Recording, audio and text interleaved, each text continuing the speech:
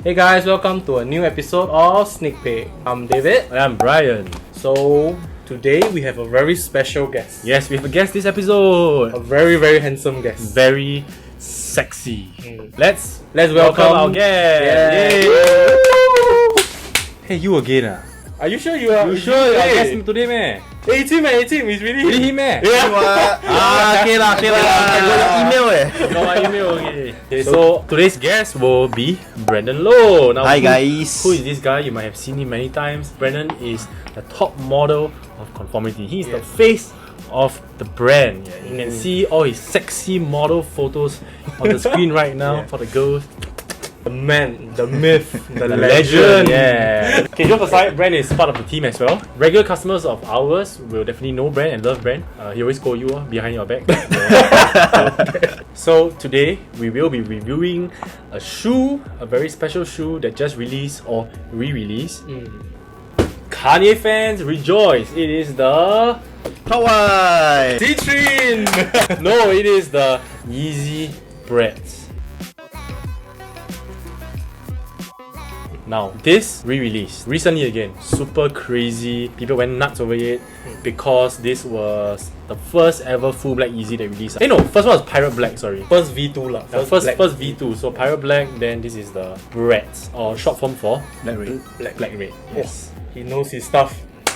A person from Stadium Goods actually said that this was the best-selling Yeezy and the most popular Yeezy 350 V2s actually. Prices were dipped a lot because there are a lot of stock. I think globally over 500k pairs. Yes. And Singapore had a lot of stock also. Yes. Which a bit controversial, but Brent and I will tell you more about our experience later. The pair we have here is actually 2017 version. Yeah. Okay, so basically this shoe reflects a full black base lah with red.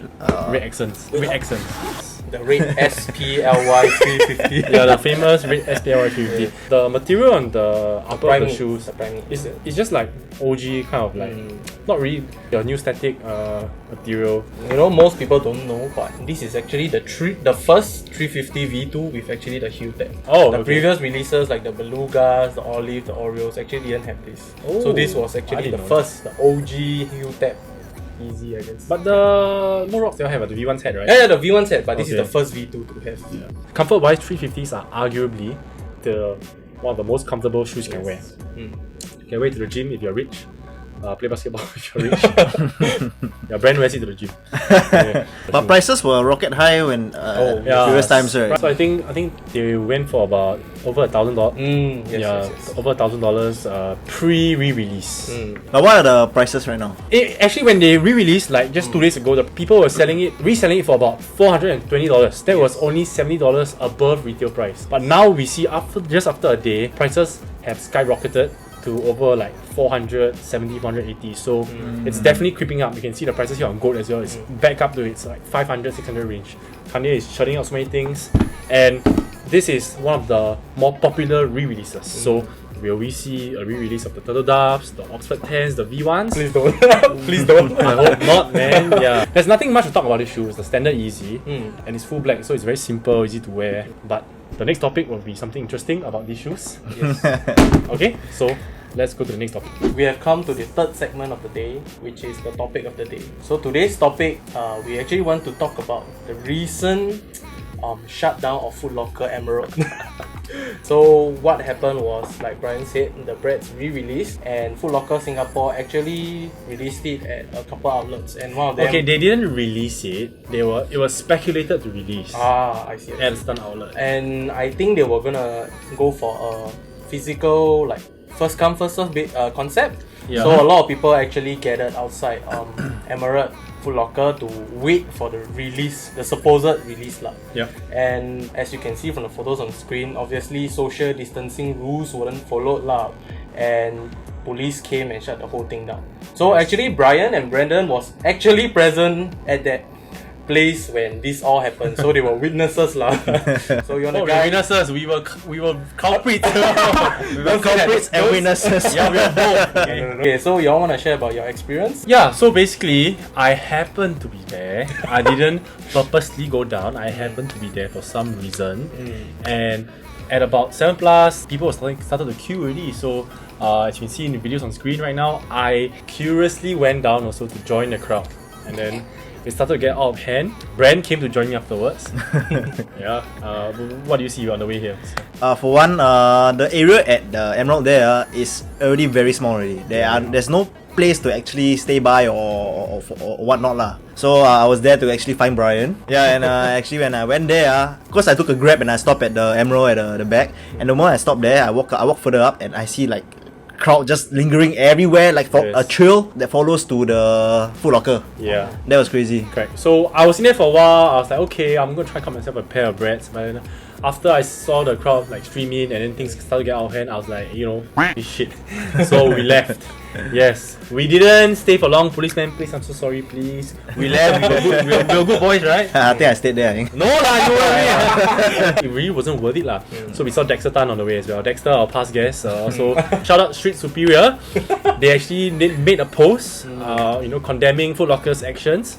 We went away after a while and things started to get out of hand. So the riot police came because people refused to disperse. There were a lot of shoving, a lot of jostling around. So there were many police officers around, and they used the loudspeaker, is it? Maple Story megaphone. Megaphone. They were actually using the megaphone to shout, to tell everybody to disperse. And yet after multiple attempts, people still don't care. Yeah. They are still lingering around. Yeah. And they were very, very pissed off. Yeah. There was even police tape, and even after Footlocker closed, they shut their doors. People were still around because they wanted to just like have a hope of buying the shoe. Yo guys, guess what guys? Footlocker shut down, bro. Saturday they shut down. I think they cannot ban. Yeah, which leads us to the topic of the day actually. Is it right? I mean, what are the precautions that you take? Should like local retailers, how should they release shoes? Because I will understand because people want to have a chance to cop shoes in store, correct? They want to earn some money for profiting of the shoes. They want to rock the shoes as well. They like it, but to what extent? You see, personally, I don't think Footlocker publicly announced that they were going to release the shoe. They did not do that, so that is not their fault.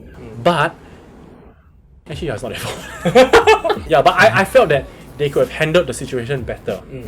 Once you see a crowd like that, they should have just said, shut it down. Say sorry, we're going to find other means to release. Correct. Do take a look at the post that went viral by Street Superior and Solesuperior. It basically shows that that the people were disappointed about Footlocker's inaction, I guess, in containing the situation. I think because the previous release of the Mocha one, yes, they handled it a bit unprofessionally, I would say. There were a lot of memes for the Mocha drop, the Air Jordan 1 Mocha drop. There were a lot of memes, okay? It'll be shown right here.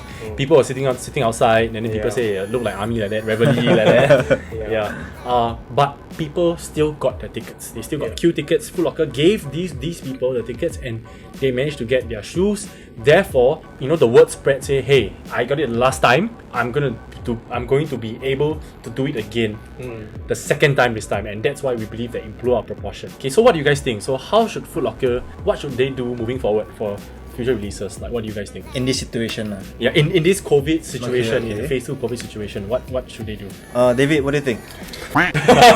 Okay, so I feel like they should maybe do like those online raffles where if you are able to win the raffle, then you come down and purchase. I think that's one of the best ways to do it. But I guess it's also a bit of a hassle for them also. Yeah, I guess so. Hassle for the retailers.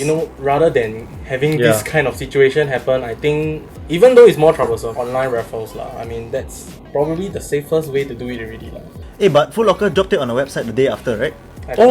Yeah. I think apparently Footlocker dropped the breads next day.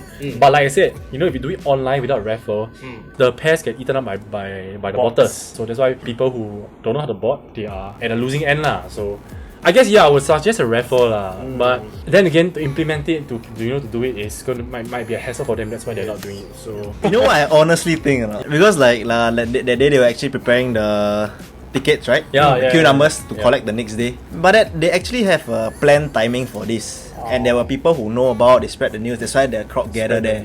But I think that what they should do is they shouldn't have they can plan the time, but they should shock drop. Yeah, shock drop. Yeah, people come in, take queue number, ciao. But by right, it was supposed to be a shock drop. No one supposedly knew because I think people guessed because it was dropping online, therefore it'll be in store. But maybe you're suggesting that it could be surprise another time, few days later. Correct. Yeah, but that will be everybody will chiong there also. Yeah, true. Yeah. Oh yeah, and so it was just revealed to us only like just 10 minutes ago that the zebras are re-releasing. Do you think Emerald will do the same thing for the zebra release? They will learn their I mean, lesson. we are in phase 2. We are trying to go into phase 3 to live our life the way we could prior to the virus.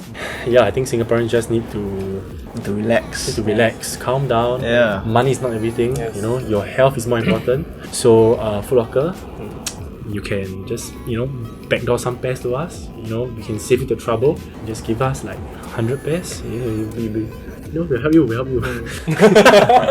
Come to the end of the episode. We had a lot of fun. Once again, we'd like to thank you guys for supporting us.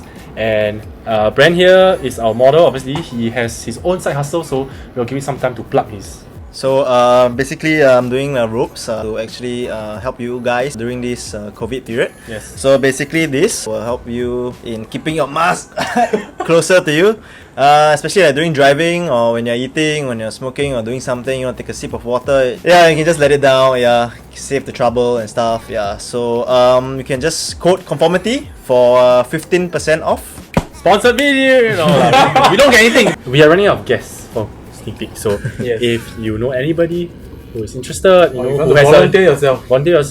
who wants to come on the show, talk about local streetwear culture, etc. Yeah, just drop us a DM.